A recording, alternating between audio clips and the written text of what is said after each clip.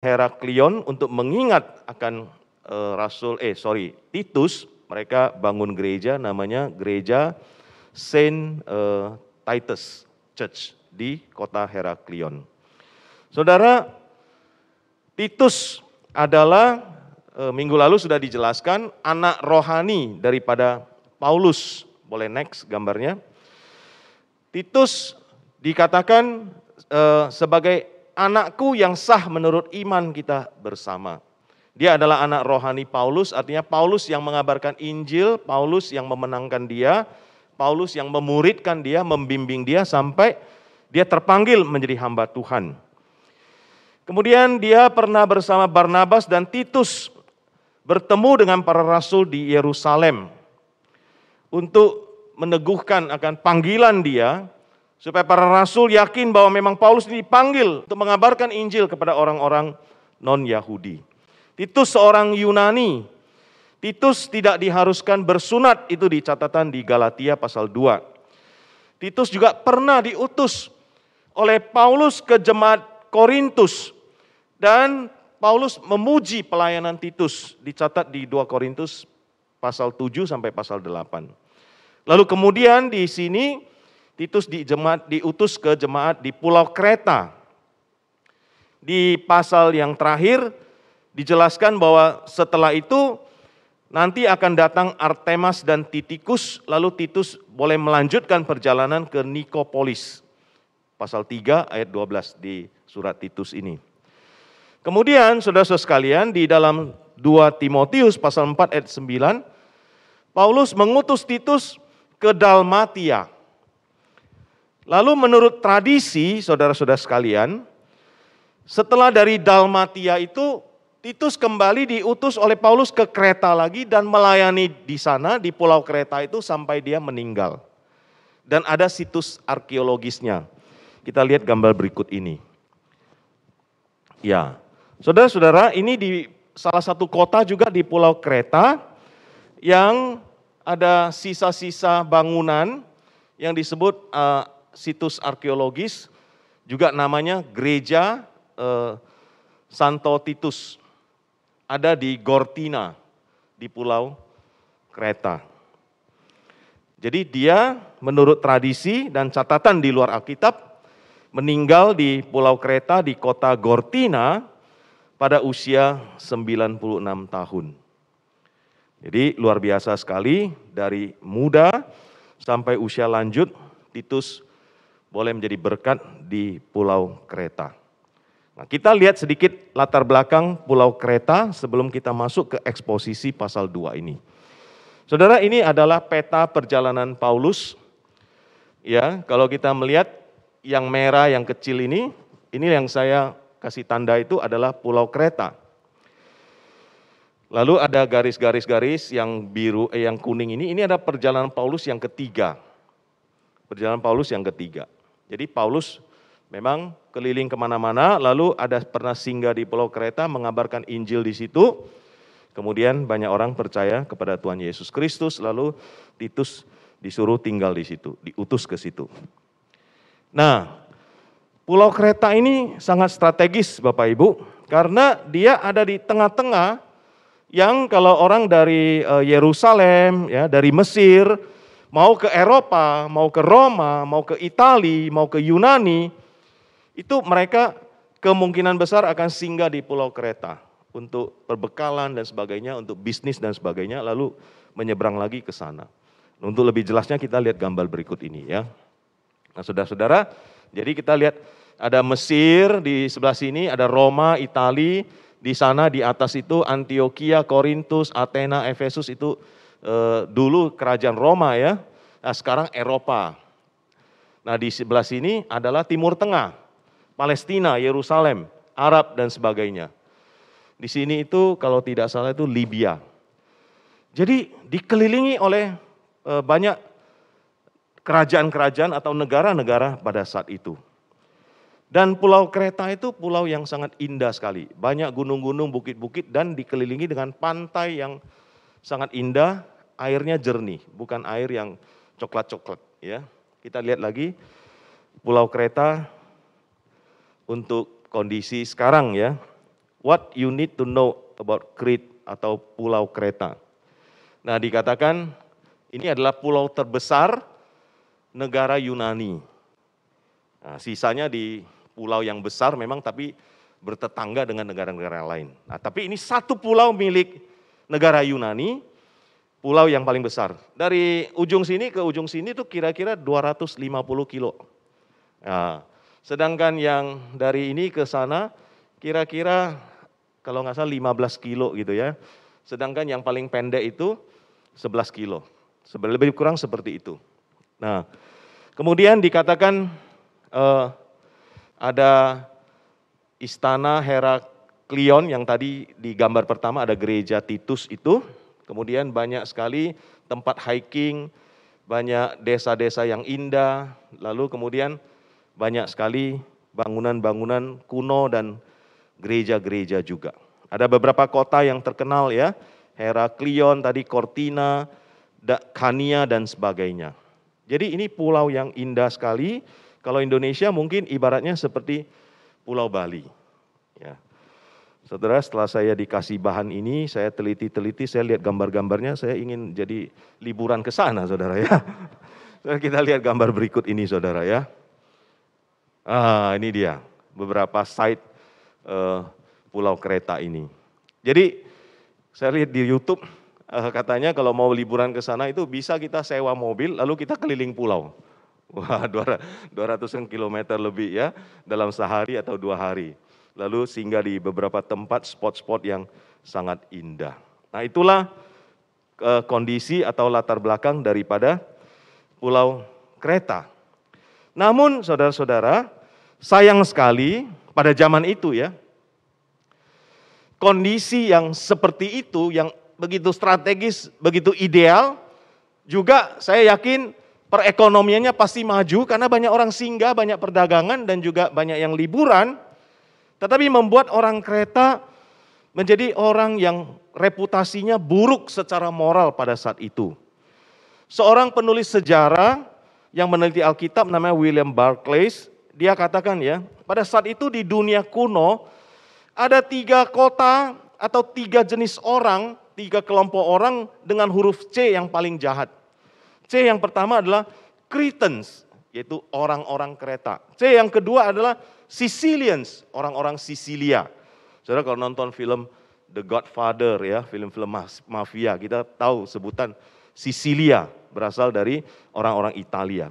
Kemudian ada lagi C yang ketiga, Cappadocians, yaitu orang-orang Kapadokia.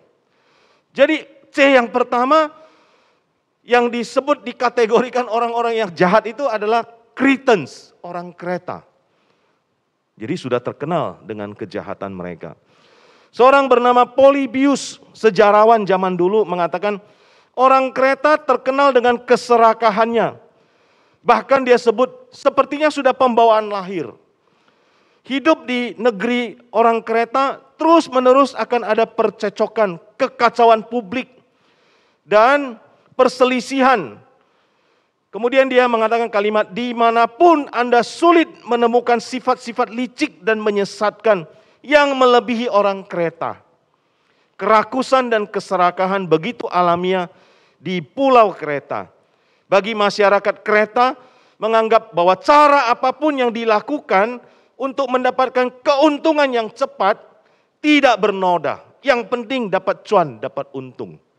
Wah, seperti itu ternyata catatan-catatan sejarah orang Kreta.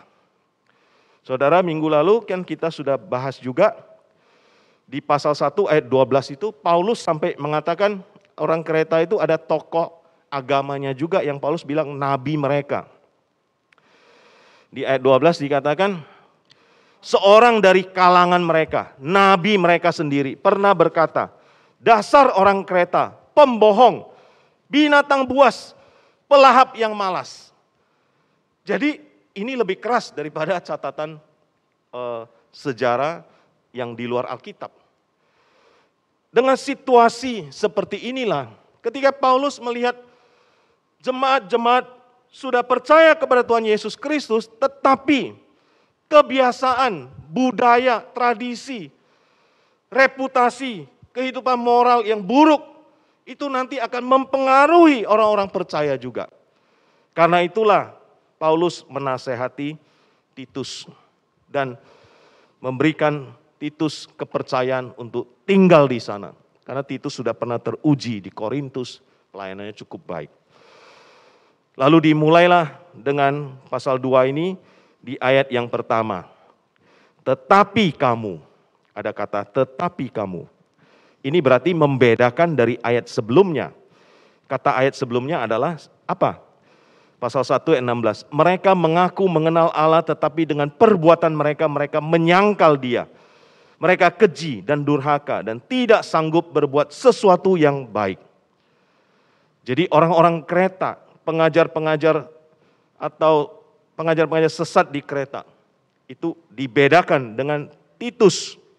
Tetapi engkau beritakanlah apa yang sesuai dengan ajaran yang sehat. Paulus membuat pembedaan antara Titus dengan orang-orang pada umumnya di Kreta. Saya merefleksikan kalimat ini ya, sebagai pelayan Tuhan, sebagai aktivis, sebagai majelis, atau juga kita semua orang yang percaya kepada Tuhan Yesus Kristus, ada kata tetapi kamu untuk kita semua. Paulus pernah mengatakan kita adalah anak-anak terang yang berbeda dengan anak-anak gelap. Yesus mengatakan kamu adalah garam dunia, kamu adalah terang dunia. Berarti berbeda dengan dunia. Kita dipanggil oleh Tuhan untuk memuliakan Tuhan, untuk bersaksi bagi Tuhan, untuk memberikan terang yang menutupi atau yang menguasai kegelapan. Biarlah kata tetapi kamu ini atau tetapi engkau ini mengingatkan kita harus berbeda dari dunia ini. Kita harus berbeda dari pengaruh-pengaruh yang tidak sehat. Paulus mengatakan beritakanlah apa yang sesuai dengan ajaran yang sehat. Terjemahan Alkitab yang lain yaitu firman Allah yang hidup. Versi itu mengatakan tetapi engkau hendaknya berbicara mengenai hidup yang benar, yang sejalan dengan kekristenan yang sejati. Jadi bukan mengikuti apa yang dibicarakan oleh masyarakat, apa kebiasaan masyarakat itu.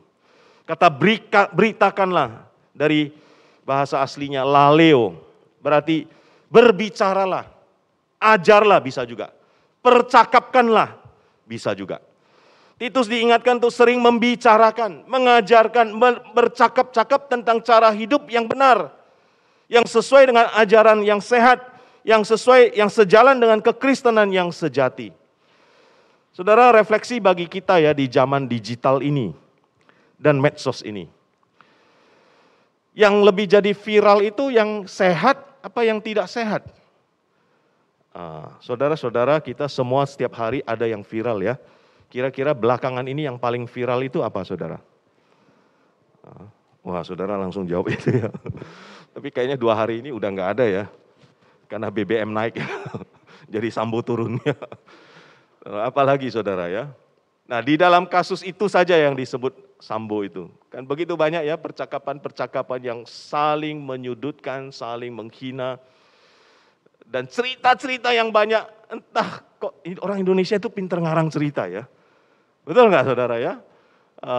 Dari satu kata saja, apa itu pelecehan, nanti bisa berkembang jadi katanya LGBT lah, nanti berkembang jadi apa itu selingkuh lah, macem-macem banyak sekali. Lalu nanti berkembang lagi jadi 303 dan banyak lagi. Entah mana yang benar, entah mana yang benar. Itu yang terjadi. Nah, saudara, bukan hanya itu ya, di kalangan Kristen sendiri juga banyak ya, saya menyayangkan sekali dan saya rasa sedih juga ya. Orang yang menyebut diri hamba Tuhan, tokoh yang dikenal, tetapi isi YouTube podcast-nya adalah sengaja mencari kelemahan-kelemahan rekan sesama hamba Tuhan untuk dijadikan pembahasan, untuk dikritik habis-habisan, lalu ditantang kalau boleh berdebat, supaya didengarkan seluruh dunia, karena YouTube semua orang bisa lihat. Nah saudara, susah saudara. Beberapa waktu saya pernah ditelepon oleh rekan hamba Tuhan, Pak Alipin diskusilah. Gimana ya Pak Alipin, jemaat saya seneng sama itu ya, acaranya Paul Chang itu. Saudara tahu? Yang ada di Jerman atau di mana yang mau ditangkap ya. Betul nggak ya namanya Paul Chang ya? Saya sampai lupa namanya ya. Ya saudara, dia memang menyuarakan kebenaran, kritik-kritik dan sebagainya. Tetapi banyak yang kata-katanya yang kasar-kasar sekali. Sehingga jemaat di sana jadi pecah saudara ya. Ada yang pro sama dia, ada yang nggak pro sama dia. Padahal orangnya jauh di Eropa sana. Dan dia DPO ya, sedang dicari polisi kan, dianggap juga melecehkan agama lain. Nah itu yang terjadi, dan itu yang menjadi viral, justru yang tidak sehat. Bukan acara-acara yang sehat yang jadi viral. Ajaran-ajaran doktrin yang benar dan sebagainya, viewernya sedikit. Tapi yang tidak sehat itu yang viewernya banyak. Nah, saudara, mari kita diingatkan, beritakanlah, percakapkanlah, bicarakanlah yang ajaran yang sehat, yang saling menguatkan. Berikutnya saudara, di dalam memberitakan ajaran yang sehat, yang sesuai dengan kebenaran firman Tuhan, maka Paulus menasehati Titus untuk memberikan nasihat yang praktis, langsung berdasarkan kelompok usia saudara.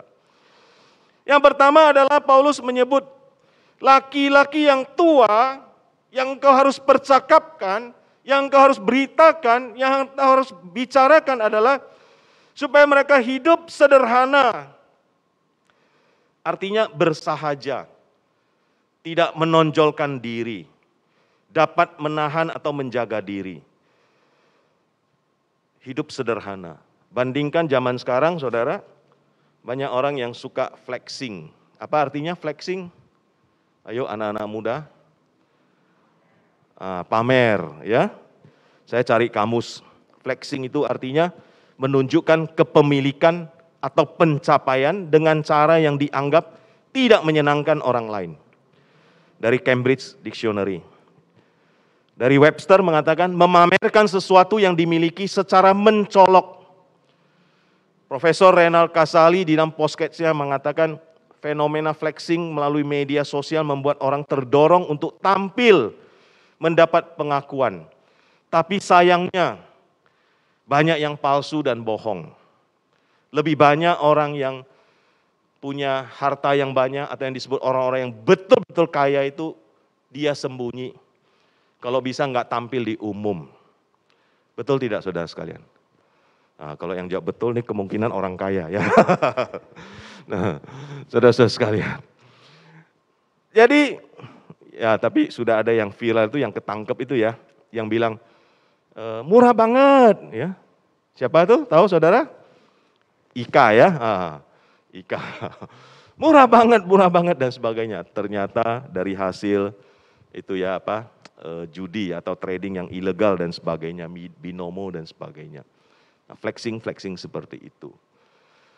Saudara, saya pernah baca berita juga, ini orang Indonesia yang benar-benar sultan, yang ada kerajaan, keturunannya, sedang mau menggugat para sultan-sultan yang bukan sultan.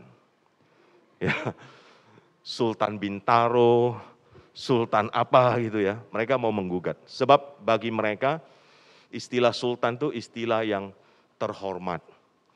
Betul-betul keturunan bangsawan. Ada sejarahnya, dari raja apa, anaknya apa, dan sebagainya. Ini kok mereka yang tiba-tiba terkenal, mentang-mentang hartanya banyak dan sebagainya, sering muncul di TV menyebut diri sultan. Nah, mau digugat. Istilah yang lain lagi apa? Greedy rich. Nah, saudara, firman Tuhan mengingatkan supaya kita hidup sederhana. Terhormat dari kata semnos, artinya mulia, sungguh-sungguh, berwatak baik. Tidak berperilaku mempermalukan nama Tuhan. Bijaksana dari Sofron, menjaga diri, hati-hati dalam berkata, berperilaku. Orang yang pikirannya terkendali dengan segala sesuatu. Seorang penafsir mengatakan, sewajarnya, seharusnya, semakin seorang tua, asam garam pengalaman semakin banyak, seharusnya makin bijaksana. semakin sederhana. Dan 3 karakter ini, sederhana, terhormat, bijaksana itu saling berkaitan. Ya, orang yang bijak dia akan hidup sederhana. Dia akan hidup terhormat. Demikian juga orang sederhana akan disebut lebih bijaksana daripada orang yang pamer-pamer. Lebih terhormat daripada orang yang sembarangan. Seorang penafsir juga Matthew Henry mengatakan ya, jangan sampai kita, nah artinya dia tulis tafsiran itu, dia juga sudah usia lanjut. Jangan sampai karena kita usia lanjut, fisik kita merosot, kita pikir kita boleh bebas, boleh suka-suka. Justru semakin usia tua, kita harus semakin hati-hati. Karena kita menjadi contoh dan teladan bagi anak cucu kita. Amin, saudara. Nah, saudara, saya sungkan ya di sini. Saya rasa banyak yang jauh lebih senior dari saya. Boleh kita survei ya. Yang sudah jadi kungkung, boleh angkat tangan. Ya Om, wajahnya, ya wajar Om. Putih semua rambutnya luar biasa. Ya, Pak Prayoga ya. Ya, oh Bapak juga ya. Yang sudah jadi popo, nai-nai. Ya, ya. Lumayan ya, sudah jadi aco ya, ada cicit ya, betul ya. Saudara-saudara, bagaimana kita mengaplikasikannya ya?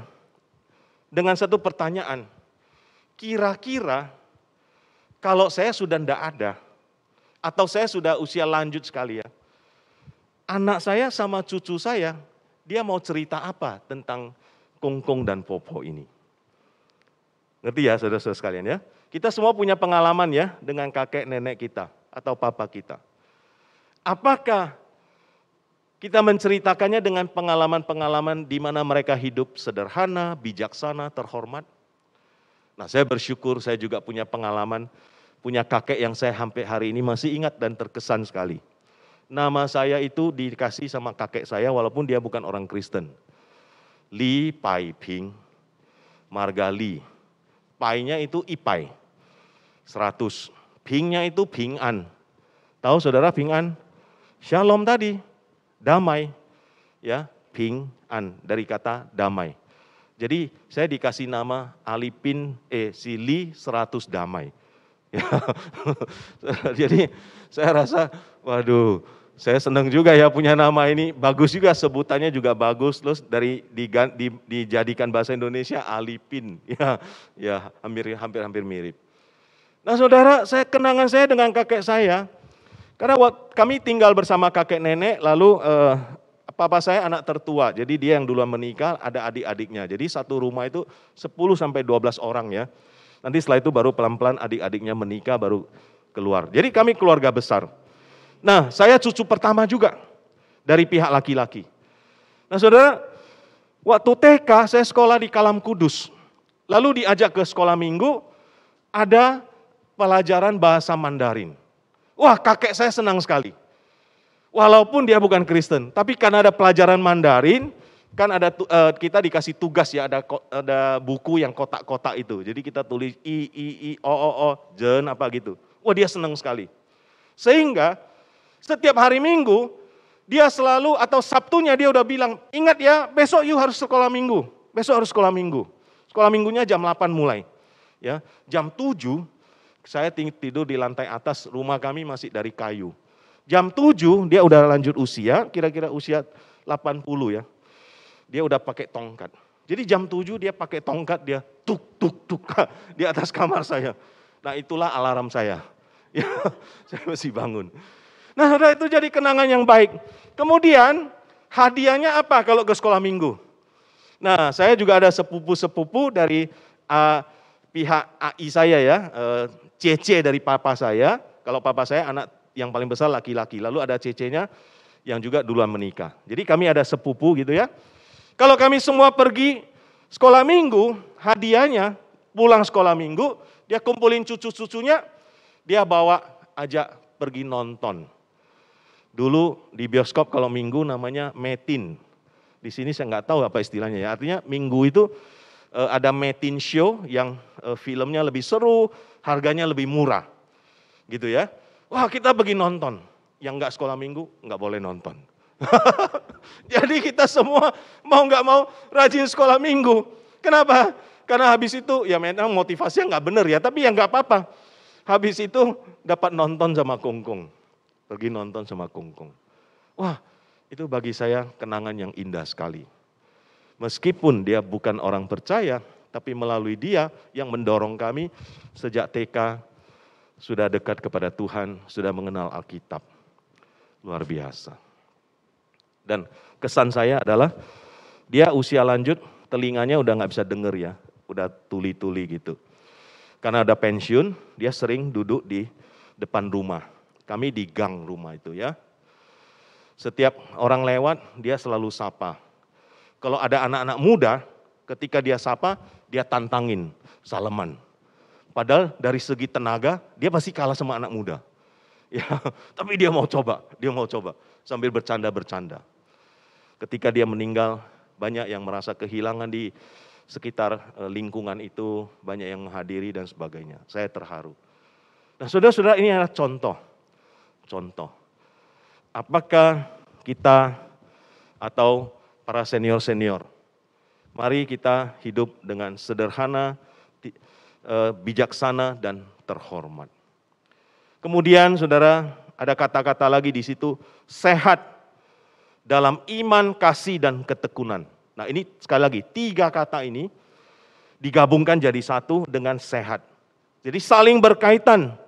Sehat itu bisa artinya utuh, ya, utuh, baik. Utuh di dalam iman, kasih, dan ketekunan. Kenapa, saudara? Juga orang yang sudah senior, apalagi kalau dia menjalani pengalaman rohani sejak dia muda, dia pasti mengalami bagaimana Tuhan bekerja dalam hidupnya, di dalam suka maupun duka. Imannya itu akan bertambah, relasinya akan semakin dalam dengan Tuhan, sehingga dia bisa jadi contoh dan teladan ketika anaknya, cucunya menghadapi pergumulan hidup. Kemudian ada kata-kata kasih dan ketekunan. Ya, penafsir juga mengatakan kadang-kadang ini mohon maaf ya, orang tua kurang pekah untuk mengasihi. Karena merasa diri sudah pengalaman, sehingga menganggap yang muda-muda itu kurang, lebih suka kritik. Nah, jadi di sini diperlukan kasih, diperlukan kesabaran kepada anak-anak muda, diperlukan merangkul anak-anak muda, dan ketekunan untuk tetap setia dan beriman. Setia dan beriman. Saya mohon izin, karena hari ini saya melihat keluarga almarhum Pak Firdaus hadir di sini ya. Saya boleh sedikit kesaksian. Ya, beberapa waktu yang lalu saya ikut melayani acara kedukaan dan juga sampai jenazah dikebumikan. Pak Firdaus usia 80 berapa ya, Ci Sofia? 91 ya.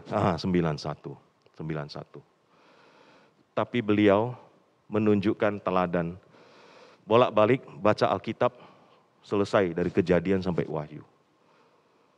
Dan senang sekali ibadah dan persekutuan. Beliau jemaat dari Gereja Kristen Kalam Kudus Pekanbaru. Ya, tapi sekarang ikut anak-anak di Jakarta sini. Jadi memberikan kesaksian hidup yang baik sekali. Ya, rajin ibadah, rajin baca firman Tuhan. Jadi ada kasih, ada iman, dan ada ketekunan sampai akhir hidup. Sehingga yang hadir dalam ibadah ketika mendengarkan kesaksian itu pasti menjadi satu teladan yang indah. Mari kita boleh hidup dengan sederhana, bijaksana, terhormat, serta sehat, utuh dalam iman, dalam kasih, dan dalam ketekunan.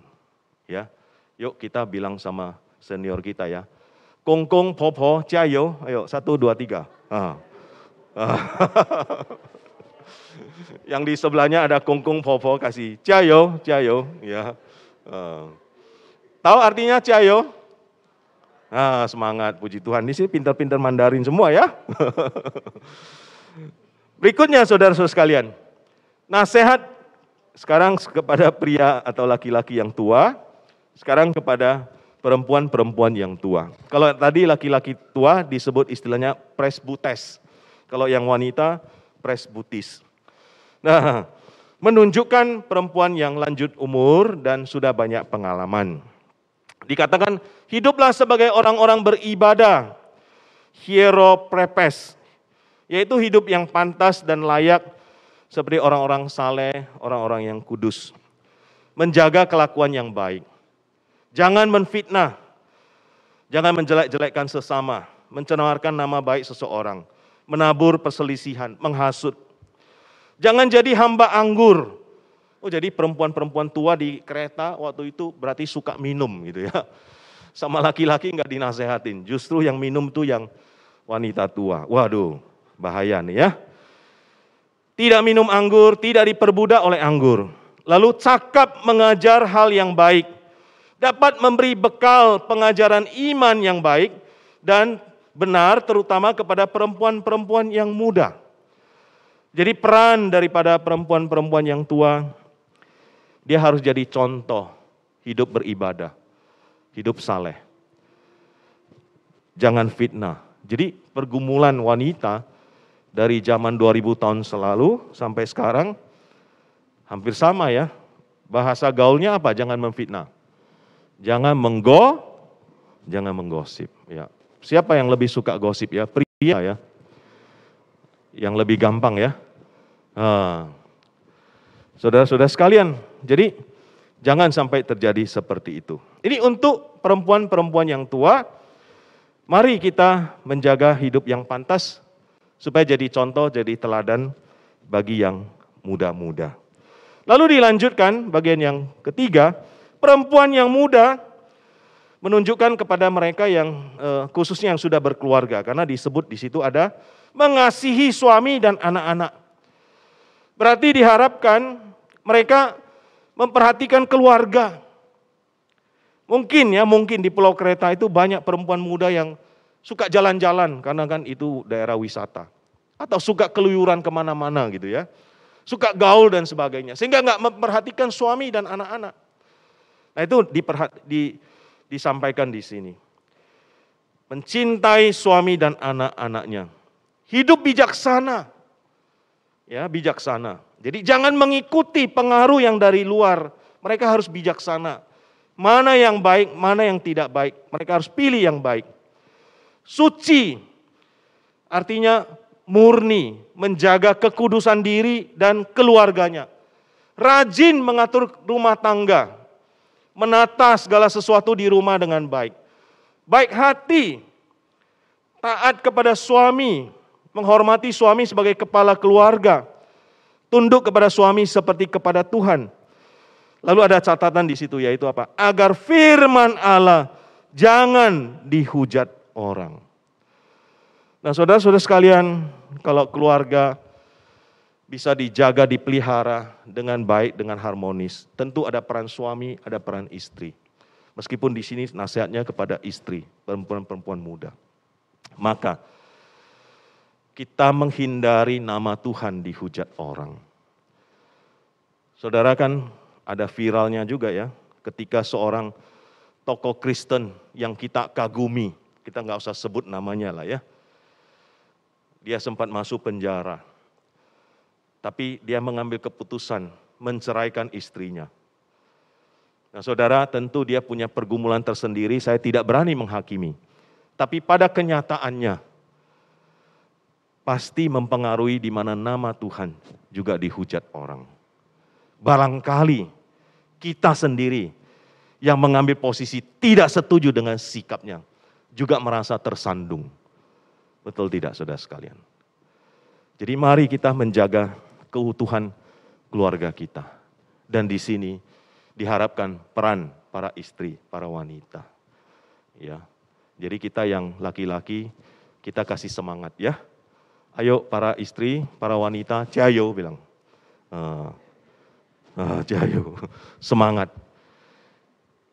Saudara, saya mungkin pernah ceritakan di tempat ini, saya teringat waktu saya di Siantar, itu kami ada retreat pasutri di Danau Toba. 2 malam 3 hari. Jadi ada firman Tuhan, ada games, main dan sebagainya. Jadi sudah akrab ya, kira-kira peserta 50-60 orang. Setelah itu di malam terakhir kami bahas tentang konflik keluarga, bagaimana mengatasi. Lalu setelah firman Tuhan, kami bagi kelompok. Suami-suami diskusi di tepi pantai, ya, karena lebih tahan dingin. Yang istri-istri diskusi di dalam ruangan seperti ini. Lalu dibuat. Nah, saudara, waktu ditanya para suami, apa sebabnya keluargamu konflik? Bagaimana kamu mengatasi? Suami-suami cerita itu sambil bercanda-bercanda.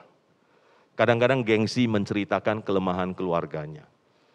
Tapi yang istri-istri, gak sampai 15 menit, tisu sudah menumpuk. Wah, saudara-saudara, makanya saya bilang harus ciayo gitu ya. Ciayo.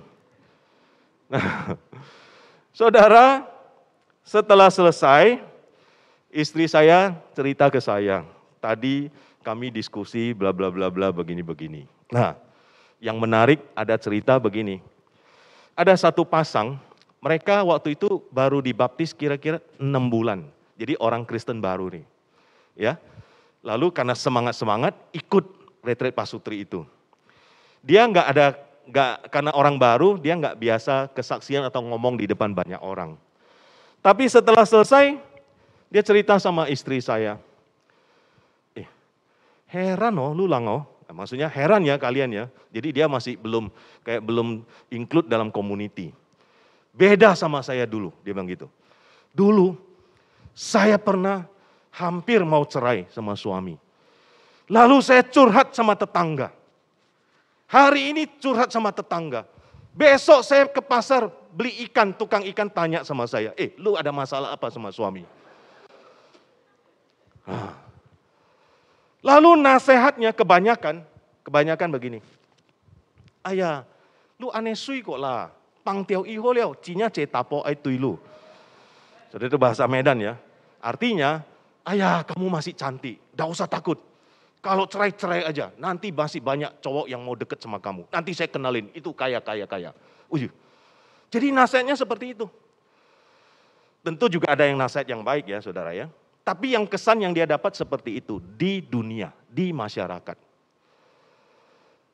Lalu ketika di retret itu, ya ada yang cerita, memang kesel sama suami, kesel sama anak, kesel sama mertua gitu ya.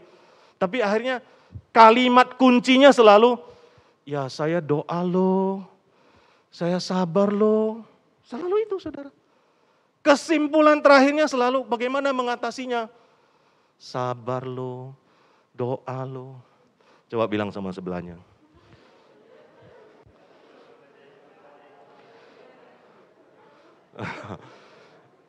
Jadi pola diskusi, pola sharingnya itu seperti itu.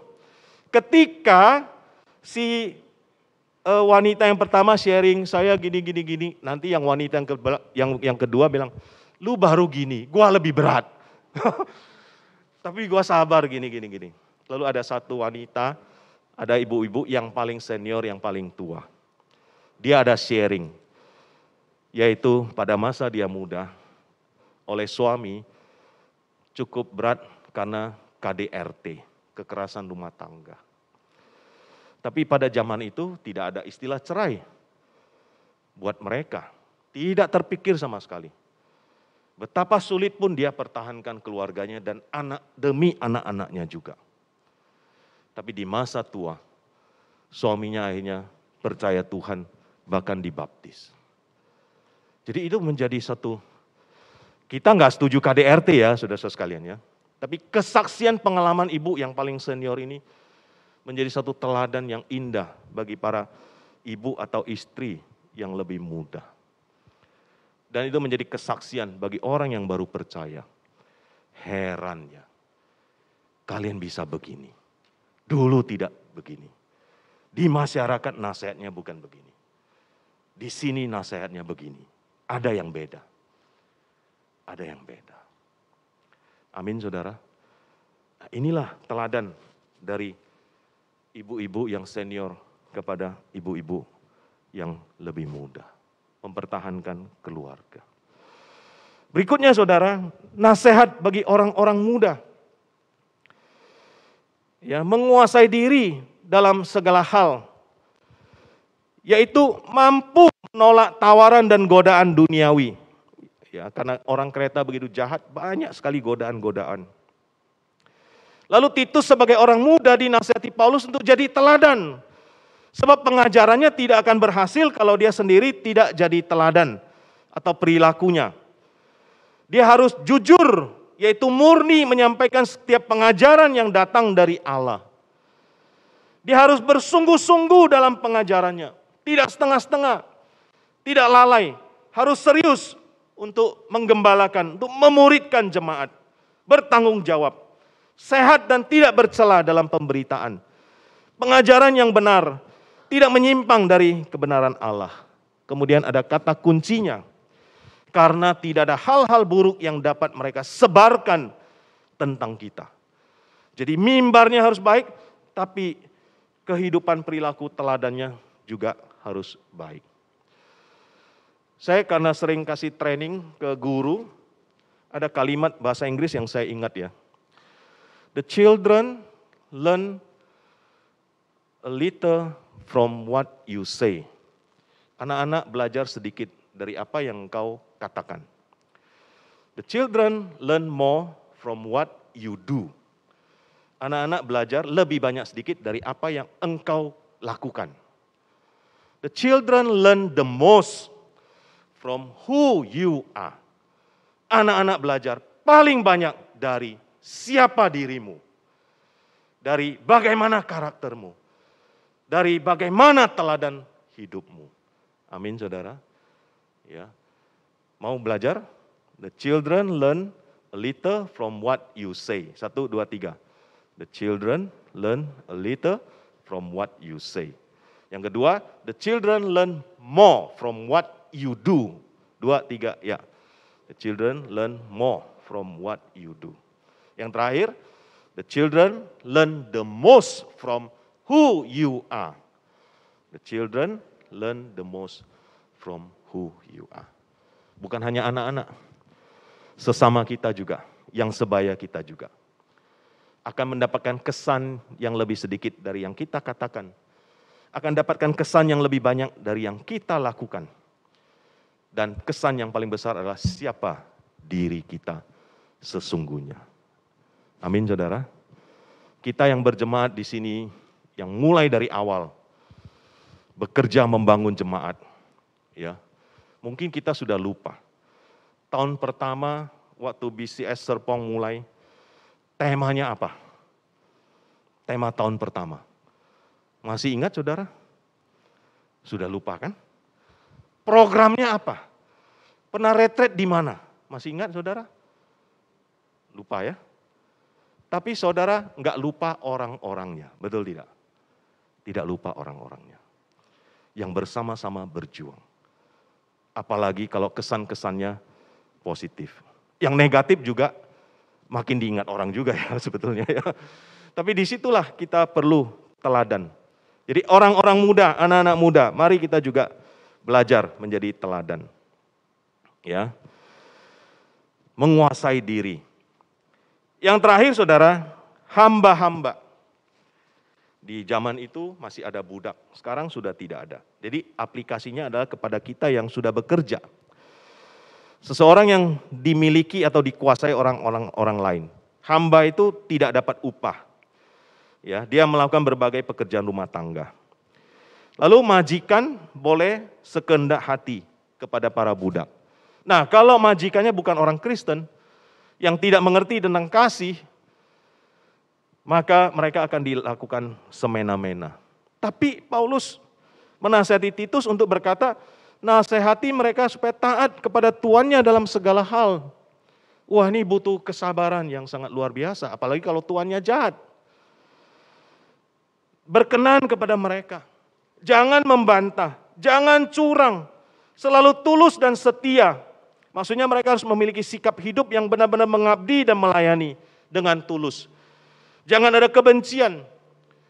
Jangan ada dendam.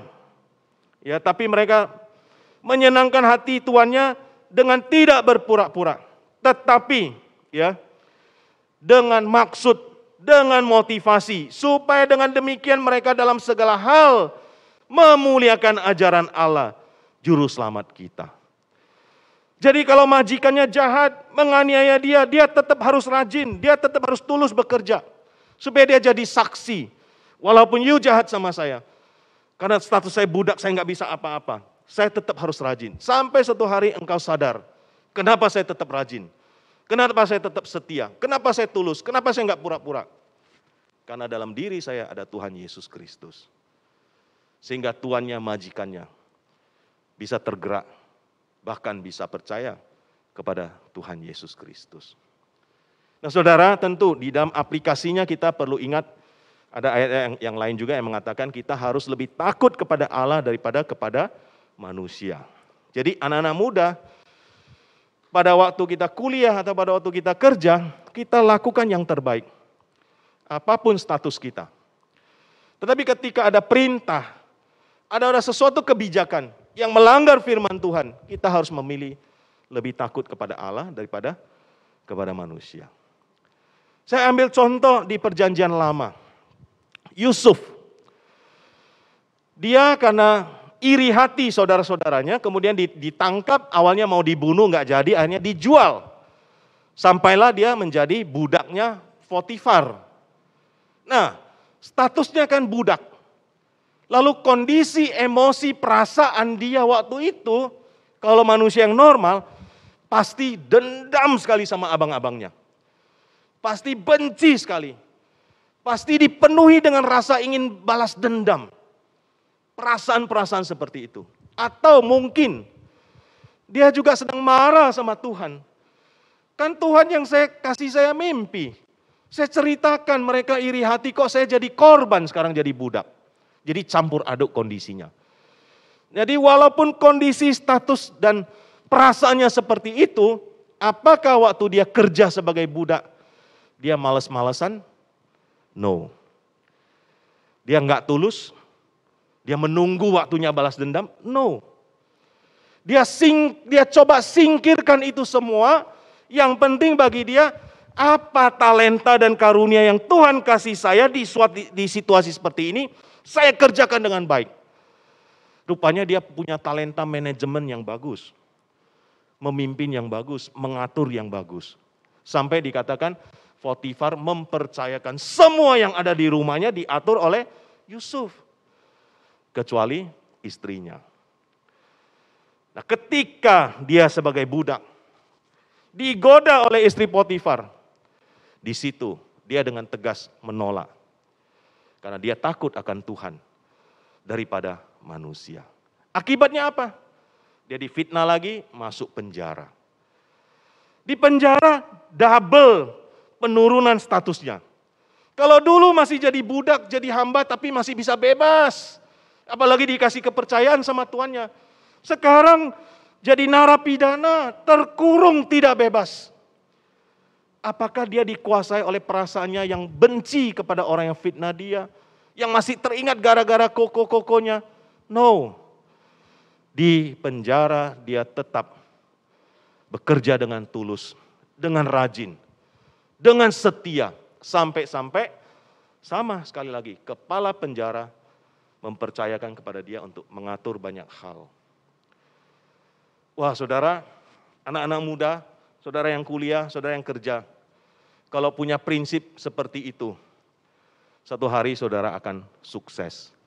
Amin Bapak Ibu, untuk adik-adik kita. Ya, bekerja dengan tulus, dengan setia. Luar biasa.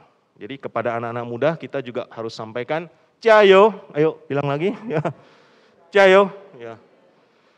Jangan putus asa, jangan sedih. Kalau engkau kerja, bosmu galak dan sebagainya, tetap tunjukkan kesetiaanmu, prestasimu, talentamu, karuniamu. Jangan engkau jatuh karena berbagai macam mungkin perasaan yang enggak enak yang sedang mengelilingimu. Tetap kuat di dalam Tuhan. Jadi luar biasa ya, eksposisi dari Titus pasal 2 ini. Dari akong-akong, popo ya, nai. Lalu kepada para wanita yang muda, lalu kepada pria-pria dan juga anak-anak muda. Saudara, inilah kita melihat Titus yang diberikan tugas oleh Paulus dan dia melakukan tugasnya dengan baik, ya. Saudara, minggu lalu kita dengarkan dari Pak Daniel, yang penting di dalam gereja adalah apa? Iman, dan meneruskan iman serta kebenaran itu kepada generasi atau orang-orang percaya dan generasi berikutnya. Betul ya? Bukan gedungnya, bukan orang-orang bisa datang dan pergi, saya ada kalimat itu ya. Hamba Tuhan juga bisa datang dan pergi, tapi yang lebih penting dan berharga adalah meneruskan iman percaya dan ajaran sehat itu kepada generasi seterusnya dan seterusnya. Dan saudara, Titus yang dipercayakan Paulus beserta para jemaat yang mula-mula, saya rasa sudah bekerja keras untuk menaati firman Tuhan. Apa buktinya? Kita lihat slide berikutnya. Nah, saudara-saudara sekalian, ini pulau Kreta itu, ya, ada sebutannya yang lain adalah the island of churches and olive. Pulau gereja-gereja dan zaitun, pohon zaitun. Ya, jadi selain banyak pohon zaitun, yang banyak adalah gereja. Jadi satu pulau yang tadi saya katakan paling jauh jaraknya 200-an kilometer itu, ya, itu ada 300 gereja lebih. Ada catatan lain 350 gereja. Nah, pulau kecil itu kan kotanya juga paling kotanya 5 sampai 10 lah kira-kira begitu. Dan kota itu kecil-kecil. Tapi gerejanya ada 300 sampai 350. 95% mereka dibaptis atau percaya atau orang Kristen dengan denominasi yang disebut sebagai gereja ortodoks Yunani. Ya. Gereja memiliki peran yang penting dalam kehidupan orang-orang Kreta. Ya. Kreta full of beautiful monasteries, chapels and churches. Penuh dengan bangunan-bangunan kuno, chapels itu tempat ibadah seperti gereja tapi bentuknya lebih kecil untuk orang berdoa, dan gereja-gereja. Ya, sekeliling gereja sekitar 300-an. The island is an ideal for religious tourism enthusiasts. Pulau ini adalah pulau yang sangat menjadi destinasi untuk wisata religius karena banyak gereja di sana. Kenapa? Dimulai dari Titus yang diutus oleh Paulus dan jemaat-jemaat yang mau menaati ajaran yang sehat. Kita lihat sedikit video tentang gereja-gereja yang ada di Kreta. Ini bukan promosi supaya saudara melancong ke sana ya. Tapi ingat, message-nya adalah kita meneruskan iman itu supaya membuahkan hasil. Ya, silakan.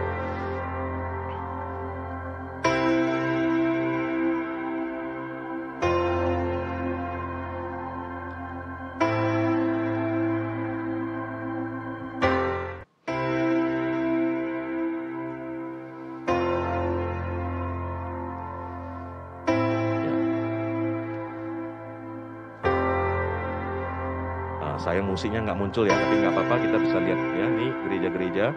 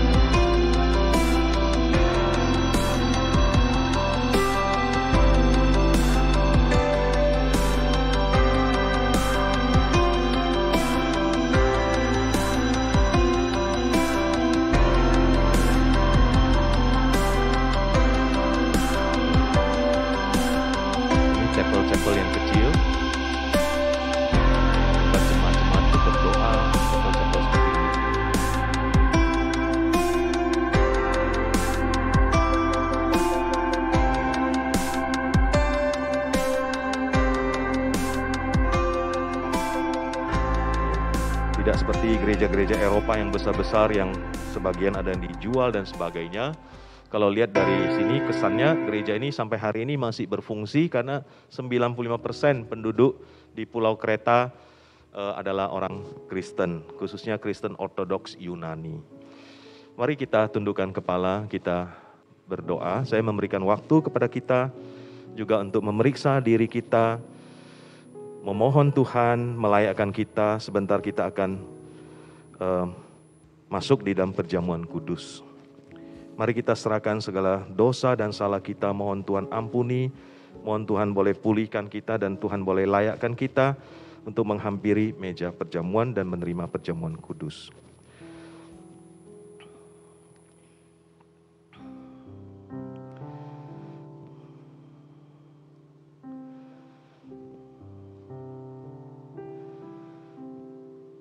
Terima kasih ya Tuhan.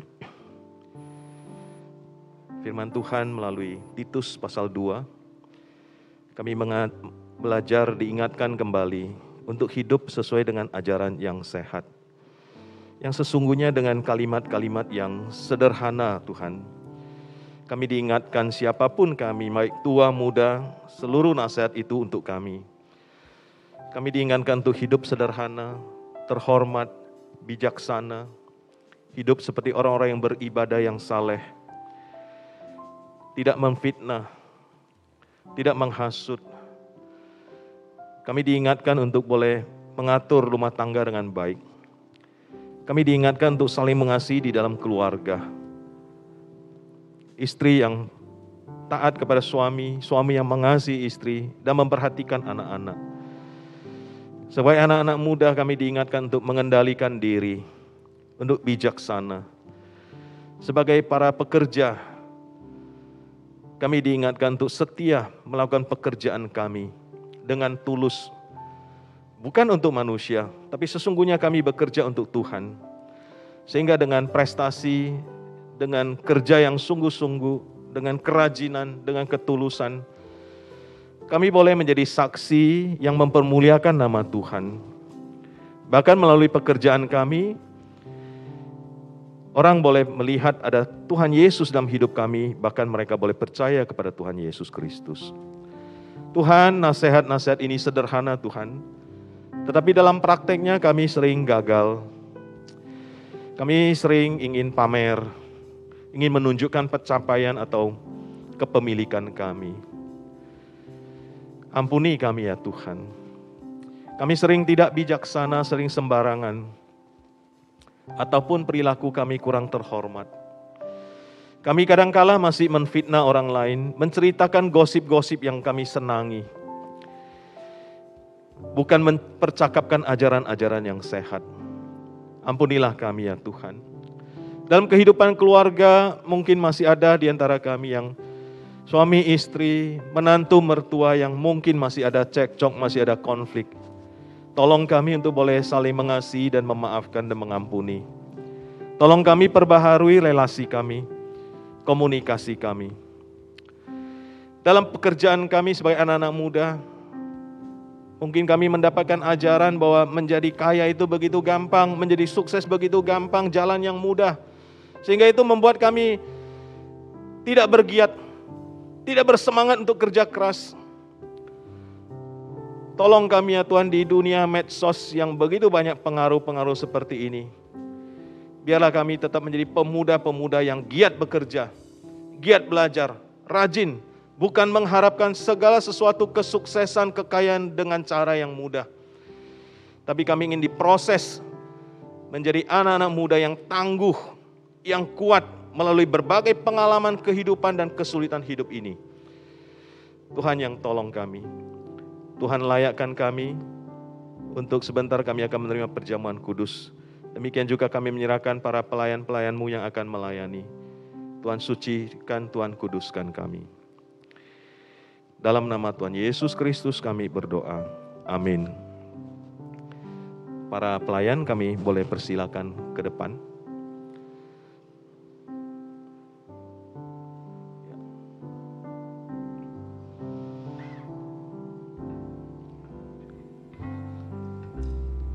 Saudara-saudara, perjamuan kudus diadakan bagi kita yang telah dibaptis maupun telah di CD. Bagi saudara yang belum baptis maupun CD, mohon bersabar. Jika ada keluarga yang karena sesuatu sebab sulit untuk hadir di dalam ibadah online ini, dan gereja telah membantu untuk ibadah secara onsite dan saudara mengikuti perjamuan kudus ini, mari kita juga mempersiapkan diri dengan baik. Saudara, nanti setelah selesai roti dan cawan dibagikan, kita tunggu sampai semuanya mendapatkan. Kemudian kita akan berdoa terlebih dahulu yang akan dipimpin oleh Pak Joko. Lalu kemudian kita akan menikmatinya bersama-sama. Saudara-saudara yang dikasihi Tuhan, firman Tuhan berkata, sebab apa yang telah kuterima, kuteruskan kepadamu, yaitu dari Tuhan, di mana Tuhan Yesus Kristus pada waktu malam, waktu ia diserahkan, ia mengambil roti,